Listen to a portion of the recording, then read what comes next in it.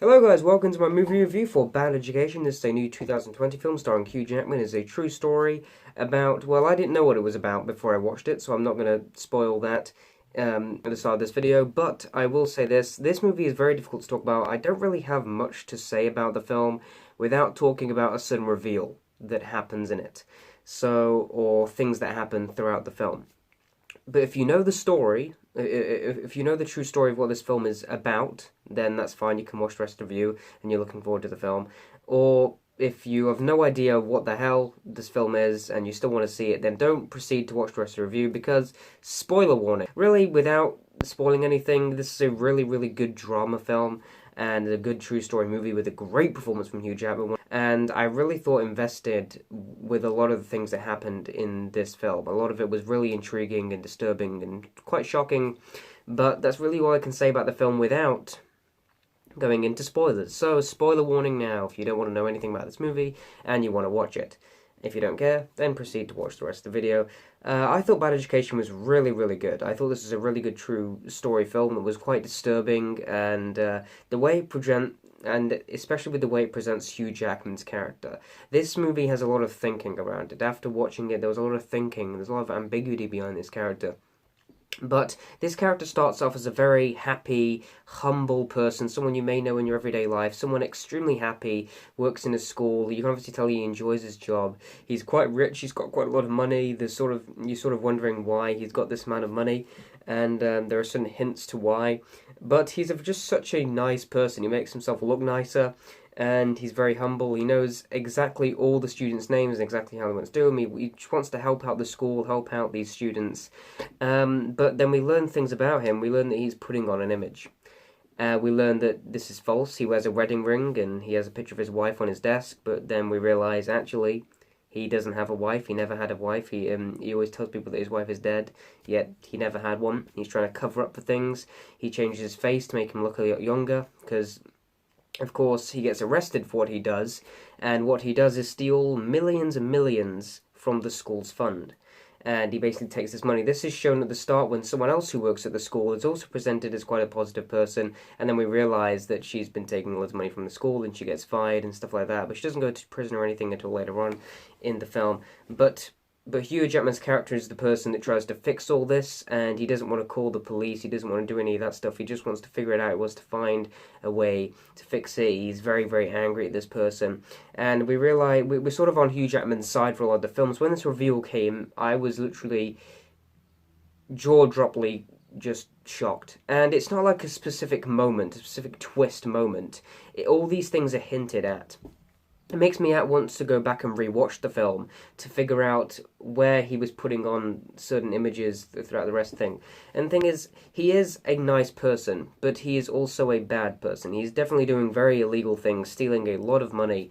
And as this character sort of comes into play, we sort of learn the true colours of his character and what he's been doing, this malicious stuff he's been working out. It becomes quite disturbing how you can really, really attach to a character from the opening scene. You automatically know everything you need to know about this character, but then that is subverted. And I felt really invested in his character. He was so nice. I really cared about his character. And then when things started to happen, I sort of felt really detached, and I started to get angry at this person. I started to feel things. It felt like someone I actually knew in real life had, like, betrayed me. I actually got really angry at Hugh Jackman's character in this film. I actually started getting quite scared by him and quite distressed when he was on screen. And his performance is pitch perfect in this film.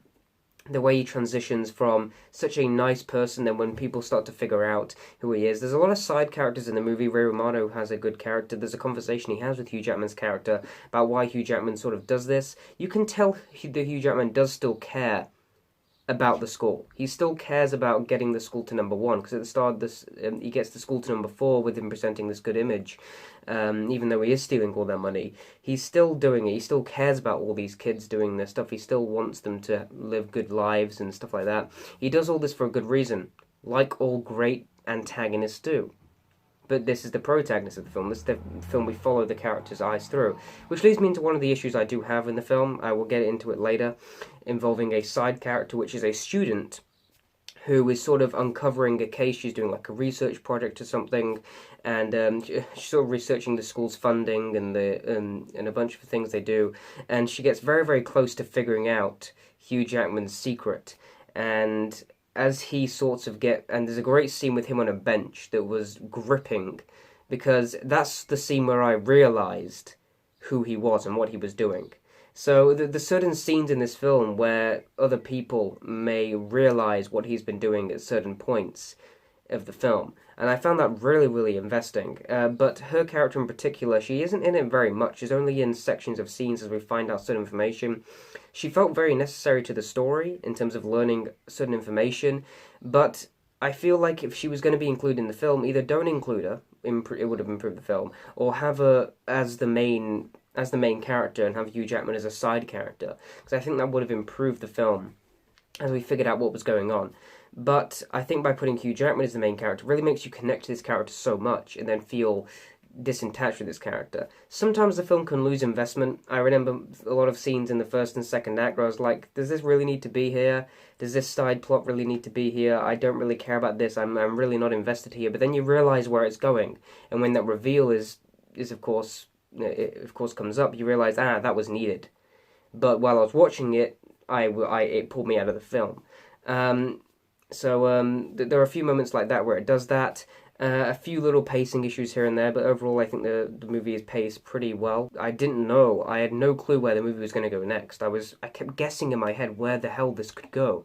And it was starting to get really investing, really intriguing. I started to get quite stressed out as to who this character was, because for the first hour I knew him as this person, and I knew that he was this person. But then when things are revealed, I'm like, I still don't know. But then there's an ending scene. He goes to jail for what he does. He goes to prison. He looks a lot older in there because he's made his face look nicer and stuff like that. So he looks a lot diminished. You actually start to feel sympathy for this character. You're like, well, even though he did all these bad things, because I liked his character beforehand, I feel bad that he's now in prison. But when he was there, and there's a scene where he doesn't escape prison, but he walks out the door, and he walks onto the stage of the school, and he's at number 1, and he's looking at all the students clapping at him, and he stood there crying, which is the final scene. In that scene, I was like, even though this person did very bad things, I sort of understand him. I sort of understand why, even though he's been taking all this money, he's made himself look nicer, he's bought loads of suits, he's got nice clothing, and, he does prosthetics to his face, and you can tell because there's a scene where he walks into a hotel room and someone asks him, aren't you only here for one night? Why do you have such a big fancy hotel room?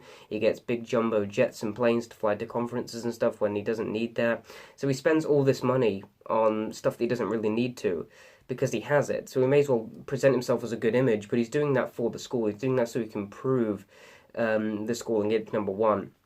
And that scene and that scene at the end, which is sort of like in his head, adds a bit of ambiguity with his character, where he's sort of like, even though he's a bad person, even though he deserves to go to prison for what he did, you can sort of be like, actually, I sort of understand where he's coming from.